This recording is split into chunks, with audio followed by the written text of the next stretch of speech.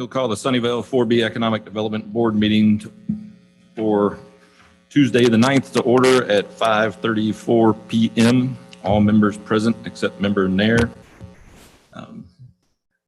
We'll open for a public forum. 4B Board of Directors invites citizens to address the board on any matter, including items not on the agenda, except public hearings that are included on the agenda. Comments related to public hearings will be heard when the specific hearing starts. Citizen comments are limited to 3 minutes unless otherwise required by law. The board is not permitted to take any action or discuss any item not on the agenda. The board may choose to place the item on a future agenda. Would anybody like to speak in the public forum?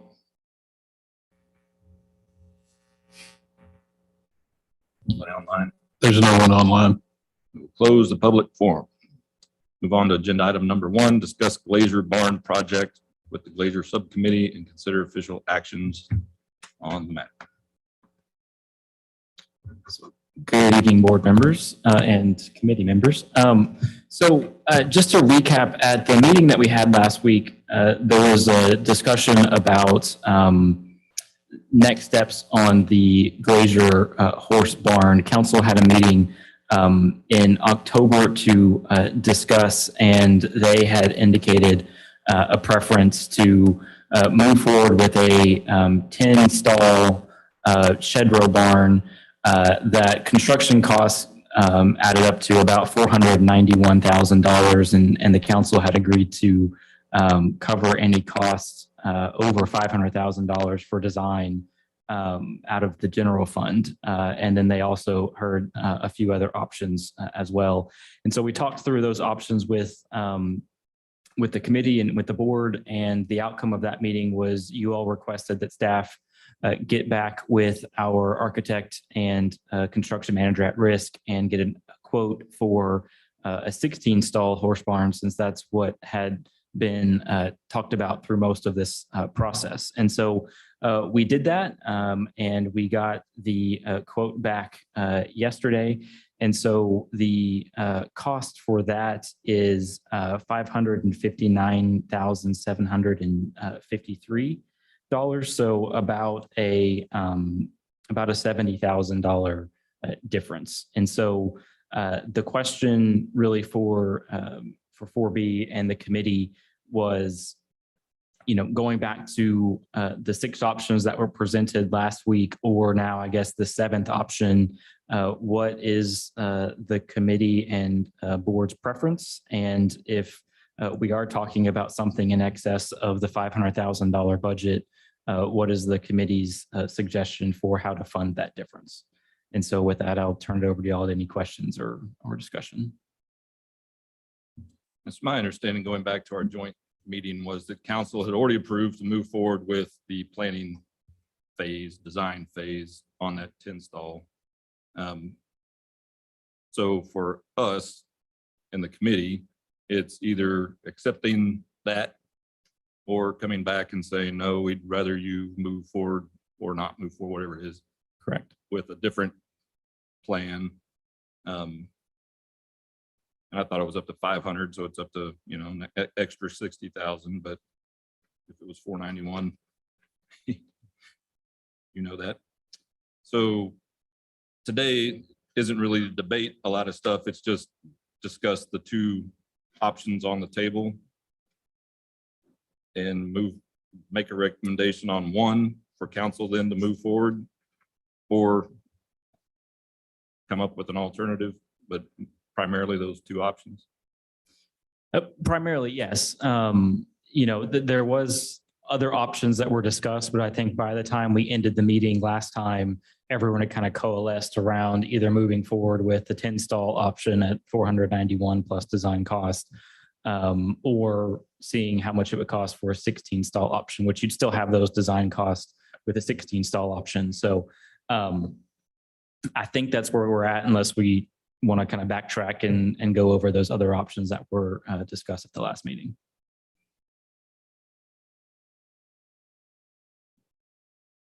Committee members, any thoughts, feedback on the 16 versus 10?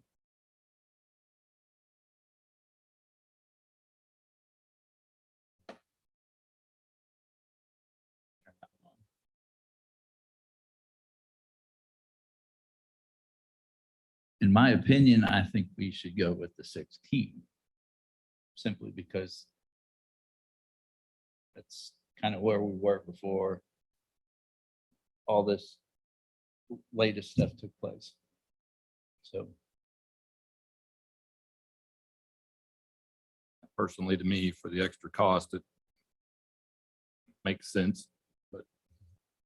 I agree. It was in line with what I was hoping the price difference would be. And I think at this point, it's worth it to go ahead and do a bigger facility. And I think as far as the increase in the budget, I don't think town council is going to approve it coming from general fund just based on past conversations. So my suggestion would be to add, maybe $75,000 into the next fiscal year budget for 4B to cover that overage. Because we won't use, I think we have 500,000 in the budget for this fiscal year. We won't use it within this fiscal year. It's going to roll over anyway. So that would be my suggestion.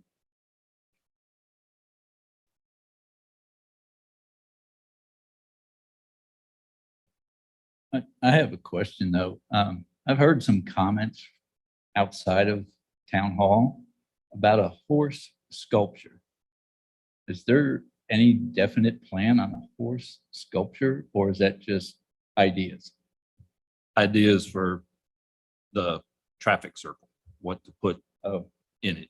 And some neat sculptures of horses was one proposal.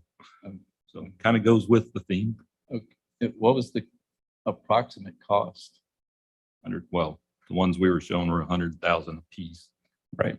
So we were trying to find a kind of an aesthetic that everyone could agree upon, and the exact sculptures we found were about $100,000 a piece for each horse sculpture, and we were talking about 3. Now, that's not to say we would go out and find those specific sculptures, but that was just kind of comparison, looking at the visual of what people liked, how much that specific sculpture cost, and then replicate it by 3. So if we wanted to move forward with that, there may be more cost-effective options that we haven't explored. We just wanted to know kind of what direction we were headed before we dug too deep on, pricing out different options.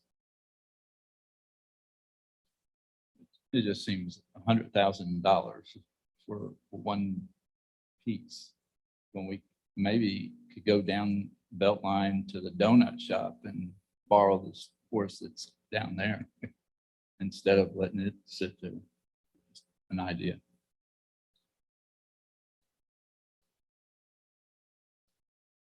Totally different look, but yeah. Still a horse. Still a horse. I've identified some other cost-effective horse sculpture options as well. I plan on sharing that during the next meeting.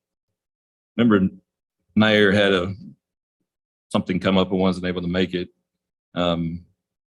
He sent in an email to Burton and I saying he supported the increased cost and recommended we potentially carve it back from COVID incentives yet to be used. We haven't had anybody request one in a long time. So to me, I think for what we're seeking to approve tonight, 10 stall, 16 stall, or go back to the drawing board, I would rather move forward with the 16. We can look into the finances of 4B and see where we could come up with that. It was brought up. I mean, our revenue is up. So to your point, if you moved it in next year, I think we could cover it, but we still want to review it. I'm glad you're here, Jim. That makes 3 of us and 4 of us in the room that were actually there when we had the original agreement.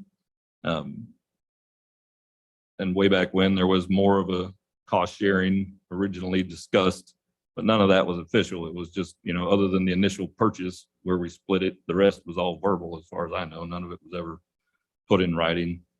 I would hope council could support moving forward with that from a design standpoint, if that's what everybody agrees with.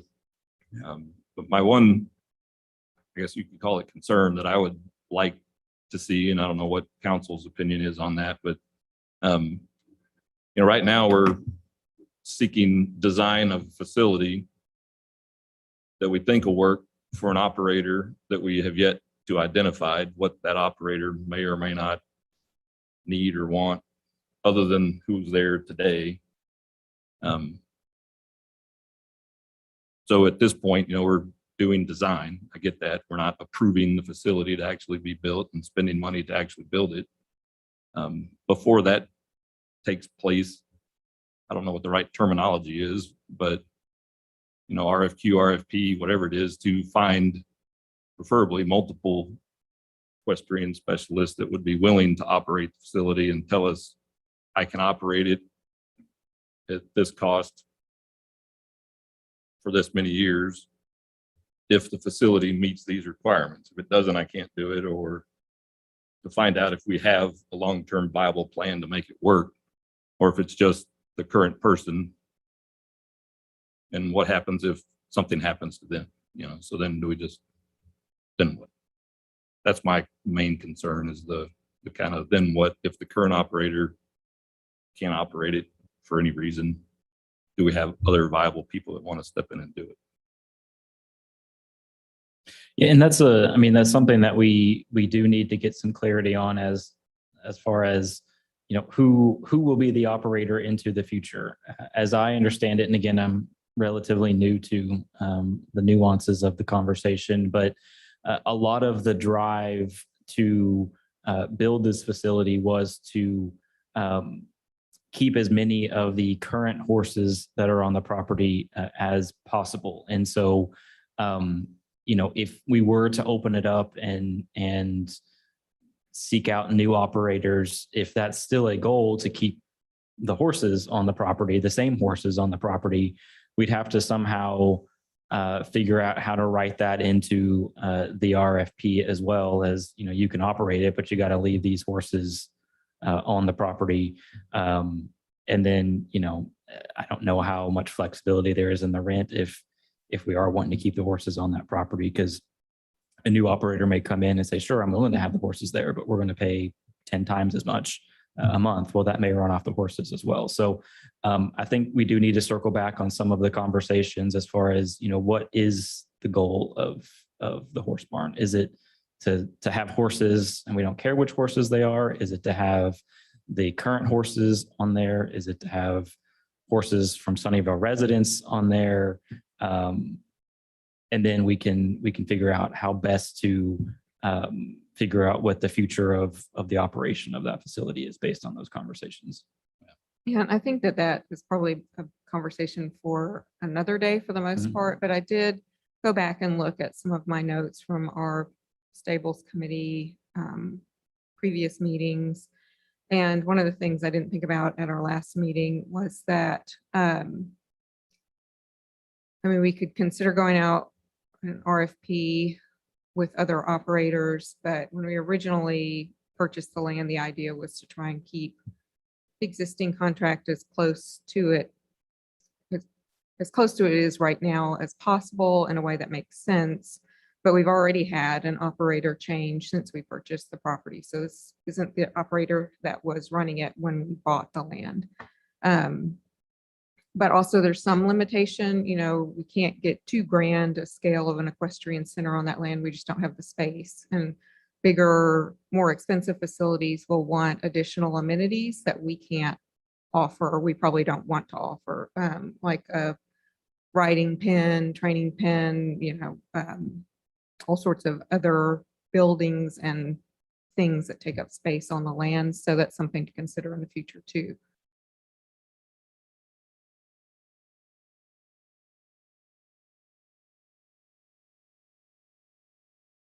Questions or comments on it?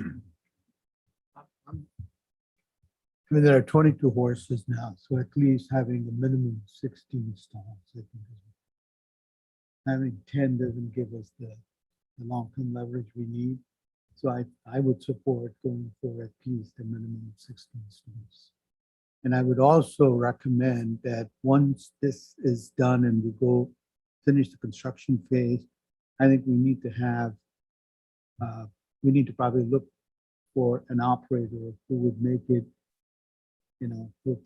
will make those operations better and provide an opportunity for us to increase the income that the city gets from there, which can then be redeployed into any other development work that we do there, right? But I think it would start with finding an operator who is willing to manage the property, manage the stables, and give the city a little bit more than $300. Isn't that what we get now? 300 a month? Renters, okay. And, but yeah, I believe that's what we said in the last, they charge $300 per horse a month. 300 a month. Yes, to the people who are boarding their horses there per horse. And then how much of that goes to the operator? It's 300 that they pay the town. a Oh, month. okay. I thought we said that. Okay. Yeah, so the going rate I know is what, between 12, 14, 1500, right? And I know in Kentucky, I have friends who run stable, it's 14 to $1,600 a month. You know? One thing when we look at this, again, it's not, and I don't know what your friend's facility was like, obviously, but there's No, a range of facilities. I'm told there's other operators in the area that would be interested to potentially run their own facilities, and then this could be the style of this facility as we're proposing it is probably on the lower end compared to, full service with all indoor facilities and, store on site and vet services and all that. When you go up that realm, it's substantially higher. So that's where, to me, if we, at some point, I'm in agreement with you, but is find the right operator. And it could be the current operator. I don't know, it's just, but at least open it up to see what's the best win-win for the town. And keeping the horses. And when I say keeping the horses, I don't mean the specific horses that are there today. And maybe I'm wrong. I don't know if that was ever the goal initially, going way back when we did this. The goal was not to buy it and kick them off the next week. It was to buy it, come up with a viable plan. And if no viable plan was come up with, at a certain point, we would have to demolish the facilities. But the goal of keeping the horses was allow them to stay there while we figured it out. Not in perpetuity. And it's been probably there's 50% turnover since it was purchased, Yeah, I've heard anecdotally stories just about concerns about, I guess there's some blind horses out there and there's some sentimentality about relocating them and will they find their way in a new pasture. Horses that have spent their whole life out there. And so those are some of the stories that I've heard. Again, I don't know if that played in the decision-making process in the past. That's just what I've heard, that there was a desire to keep those horses for those reasons. Yeah.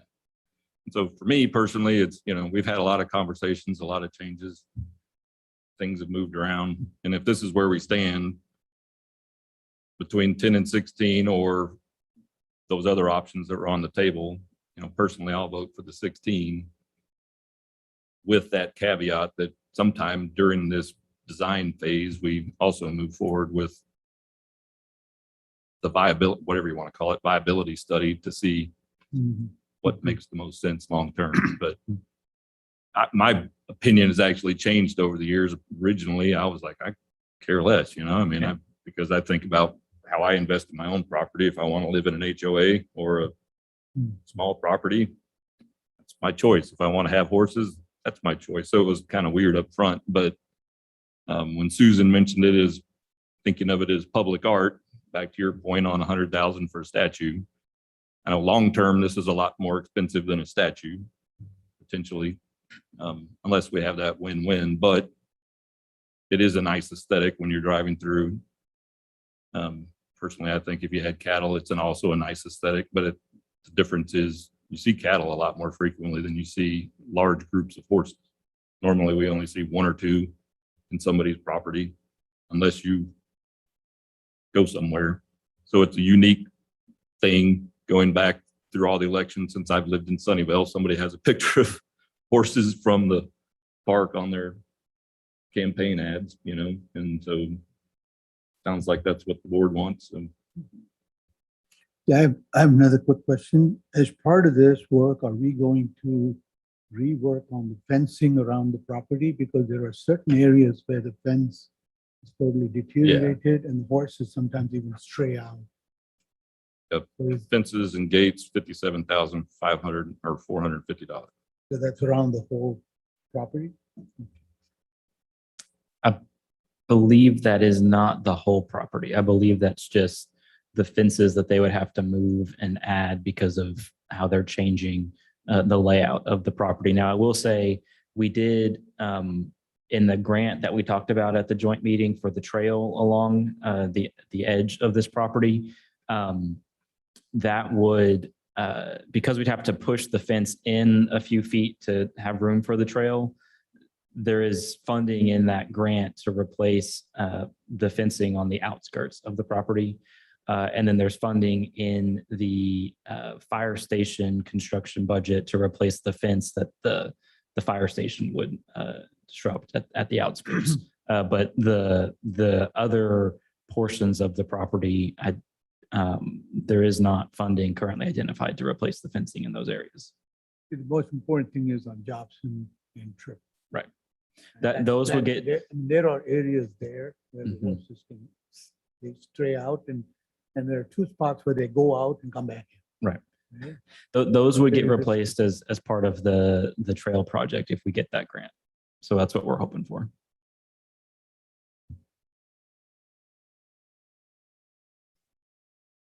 So you made or not a motion, but you recommended that we move forward with 16 and add 75 to next year. I don't know if we need a motion for the additional funding, but at this point, it's trying to figure it out, but whether 4B is willing. Yeah, I'm looking for something I can take back to council. So if you all want me to recommend the 16 stall option, and then that the difference would come out of 4B funds, and we'll figure out the mechanics of exactly how to do that, then it probably be good to have a motion. One of the things I was curious about is member Nair suggested that we end the COVID relief program. There's currently $20,000 unallocated in that. We haven't had any inquiries about that program in a year. It's been a while. And I think hopefully we're coming out of COVID finally. So that may be an easy source of $20,000 of the difference as well, if the board is interested in that. And I agree with that myself. I would say unused COVID funds. I wouldn't necessarily say we have to end it immediately, but that's what staff's recommendation is. Again, you're the ones that are getting the applications and actually calling people and getting turned down to take free money. I know we said allocate it in next year's budget. From a procurement standpoint, we can't encumber funds that we don't have. And so we would have to encumber it basically from excess reserves at this point. And then again, the mechanics of, okay, we can budget for it next year. It's all the same money at the end of the day. So that would just be identifying $20,000. But if we do identify that $20,000 and encumber it for this project, it's no longer available. So that would effectively end the program. So if we're not okay with that, I just wanted to bring that up. And the other just point is, and I have to remind myself, it's not 4B money. It's not general fund money. It's the taxpayers' money. It's the citizens' money. 4B money, mostly sales tax, which a lot of it comes from Sunnyvale. A lot of it comes from elsewhere. But going back to what I said earlier about it's not what I want. Originally I was kind of 50-50 on the horses, but it's what the citizens want. And if that's what the citizens want, I'm in support of it. So just want to make sure we think about it that way. And it's not an us and them with council. Sometimes we make it feel that way, but it's not. So I'm in recommendation that we move forward with recommending the design phase for the 16 stall, and 4B coming up through the budgetary process with the difference in that cost above 500,000, because that's where we were, not 491. As long as they're still amenable to the design cost side of it.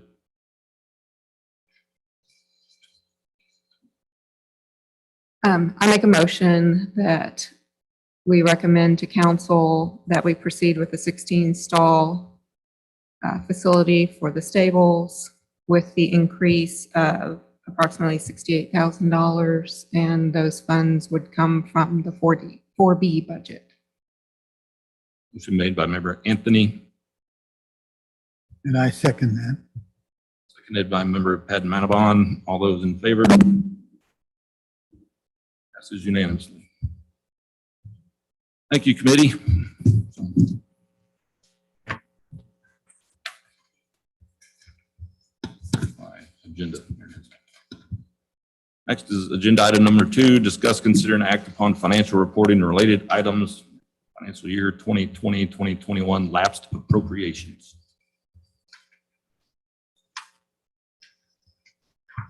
And that's going to be me. Each year, as we begin the new fiscal year, we have an opportunity to go back and look at those budgeted appropriations that were made in the prior year that did not fully expend, or the projects were not completed at the end of the fiscal year. And we roll forward that money that wasn't expended in that year into the next budget year.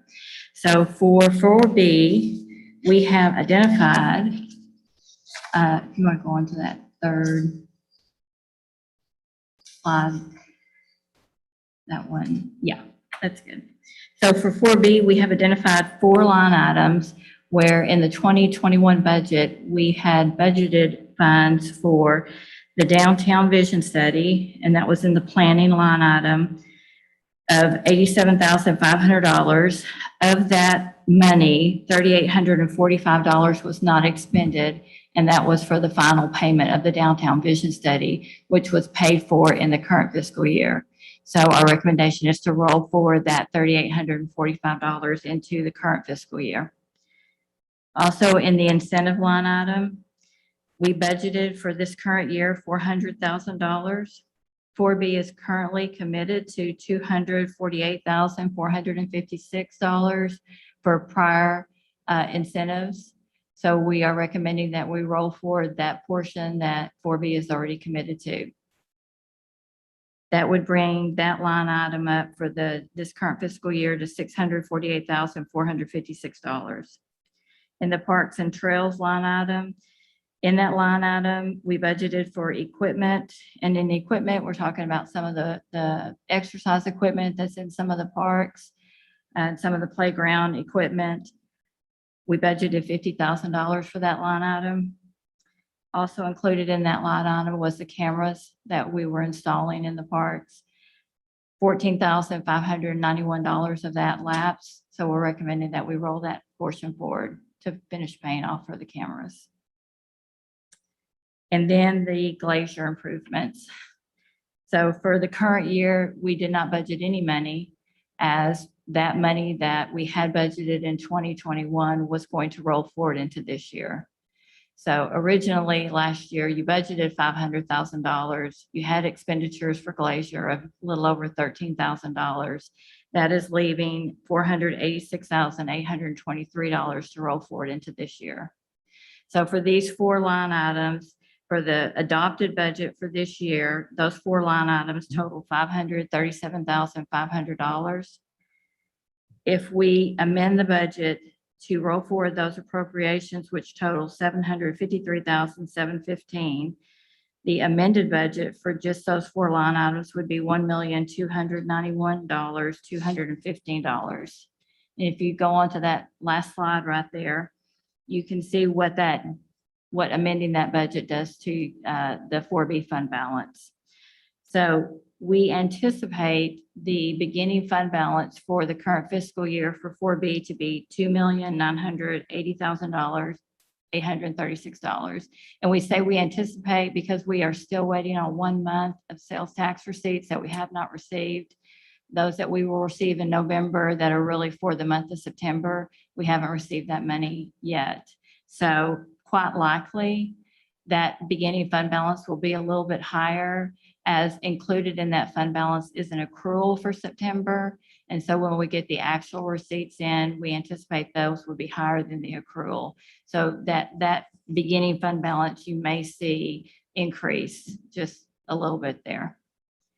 So what we adopted was a budget that had $857,300 in revenues, $1,186,874 in expenses. We were going into the 4B fund balance of $329,574, but we had a projected ending fund balance budgeted of $2,651,262. Rolling forward, these lapsed appropriations of $753,715 would now bring your total expenses to $1,940,589. You'd be going into fund balance for $1,083,289, and the projected ending fund balance September 30th of 2022 would be $1,897,547. I'm happy to answer any questions. So if we ended the COVID thing, are we allowed to do that today? And could that roll into here as well? The reason I asked if we're allowed to do it is because it wasn't on the agenda, so makes any difference. I would think that, yeah, I would think that you could, since we're Finances talking and about finances. we're talking about rolling forward that portion of incentives that are committed, and that COVID money was part of that $243,000 that was committed. So we could adjust that I mean, and so only roll forward that portion, which would mean the remaining $20,000 would roll into fund balance. I would recommend that then, if, like you said, nobody's requested any in a long time, and back when we were actively pushing it, people were declining it.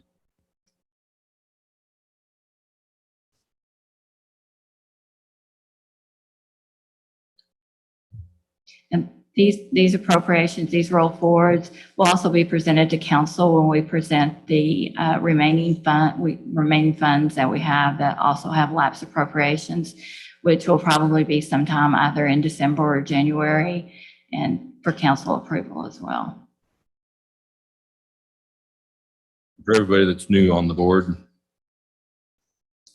since I've been on the board since 2014, we've never spent everything that we budget for. So it's very common that we roll large sums forward. You know, it may happen, but and every once in a while something pops up that wasn't budgeted for, like Glazer many years ago when we bought it.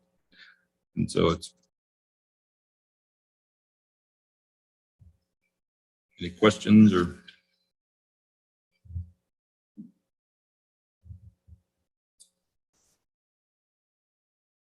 get a motion to approve with also ending the COVID incentive and rolling those balance into the regular fund. And the total amount of it, 20. It was $20,000. So that $248,456 that we have as committed incentive roll forward, that will go to $228,456,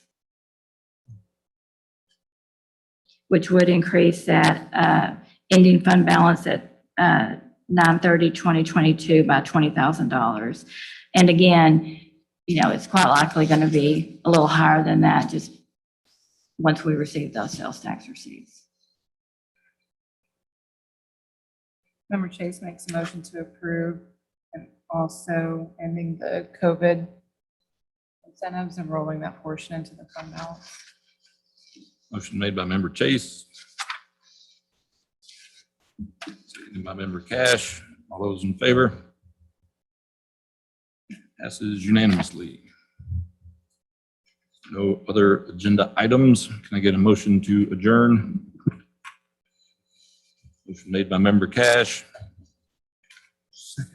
Seconded by member Pat Manavon. All those in favor?